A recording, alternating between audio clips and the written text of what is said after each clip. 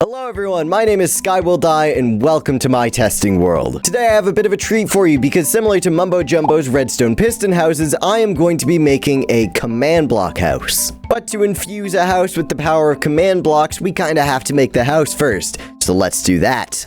And for this house, I went for almost a cabin in the woods aesthetic, but I made it a bit more, I guess, put together and made with more solid materials so that it felt more like it was an established place. And welcome to my very, very small mansion. This thing does not have a lot of room on the inside. I built like the outer perimeter and I was like, yeah, this is gonna be good. Oh, I left a spot. And then I went inside after I was done building and I was like, oh wait, this is like not big at all. But now that the building is done, it's time to have a little bit of fun. So the first thing that I've decided to add is all of these little candles because this was very dark, so we needed a little bit of light. But we can't just leave these on all the time. That's a fire hazard, and the last thing that I want in my house is fire. So I want to make it so that when I walk into the house, all of the candles turn on, and then when I leave, they all turn off. All right, hey, look at this cool little house, and whoa, would you look at that? As I walk up, all of the lights turn on, and as I'm leaving, boom, they all turn off. And you can see it if I leave my camera here, and then I leave the house. Boom, everything turns off. I come back in. Ta-da.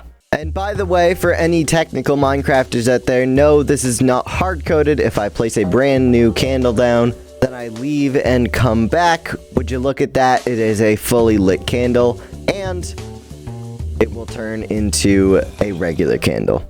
Now, the next thing I want to do is sort of in the same vein. That sun is bright and shining, but at some point, it will no longer be bright and shining, at which point we need a nice little bed to cozy on in and sleep through the night.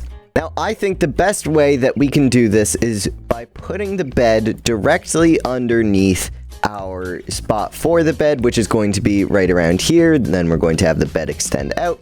And of course, a wizard like me is going to have a very expensive bed because, you know, I am so rich after spending my life savings on Pokemon cards.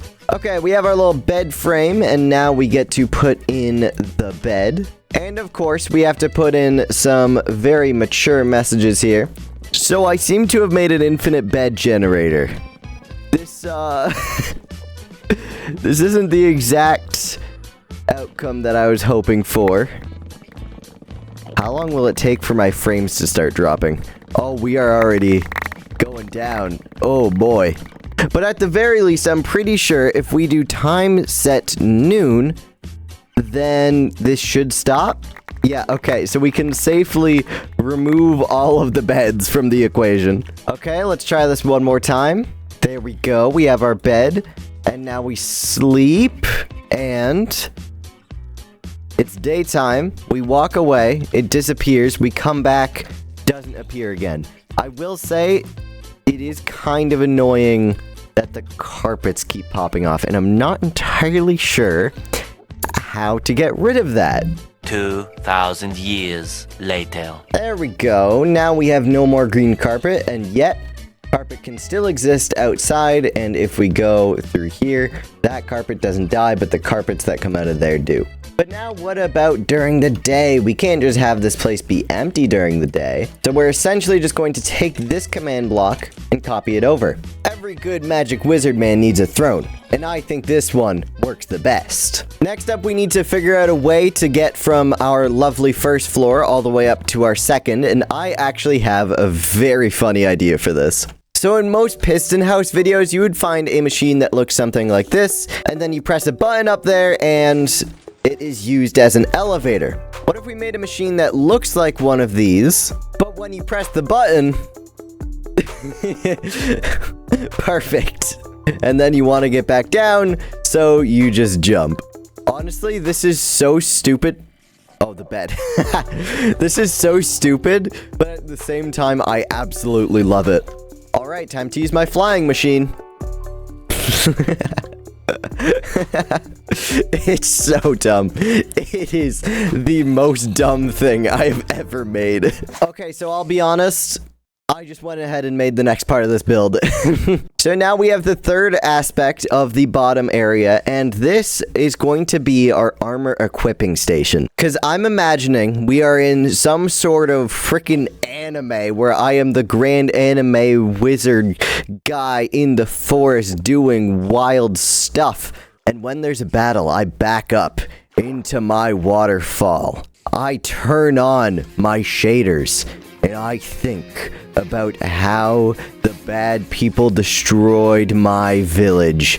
And then, boom, I'm ready to go Super Saiyan. And honestly, this should be pretty easy to make. All right, you ready? 3, 2, 1.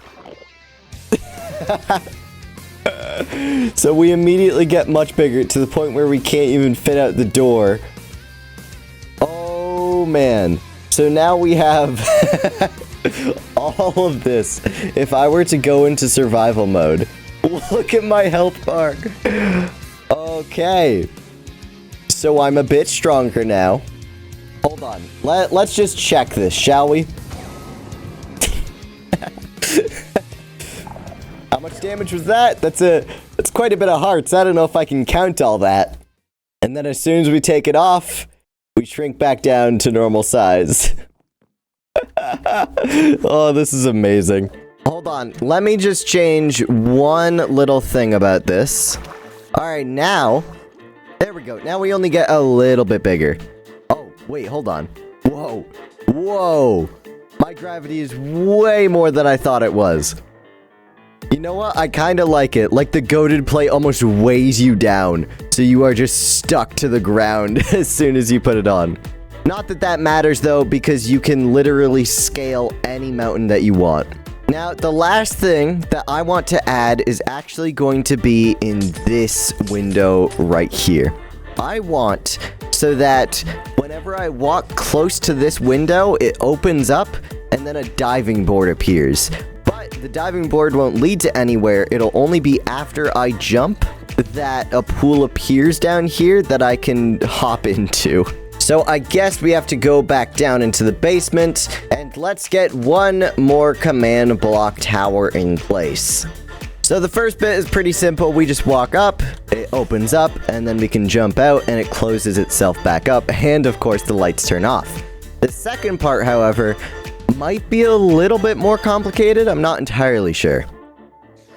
Okay, so we have our pool. Now we just have to make sure that when we jump off, it appears, and when we leave, it disappears, which might be pretty hard, but I think I can figure it out. So I'll be honest, I entirely forgot to turn my shaders back off. But anyways, getting this pool to appear and disappear is a simple case of copying, pasting, deleting, replacing, moving, dabbing, commanding, cartwheeling, and diving. There we go. And boom, it's gone. And it will not come back. Why? That is terrifying. What is going on here? There we go. Now it's fixed. And that is actually the whole thing all done. We can walk in, our lights turn on, we get suited up, we sit upon our duvet.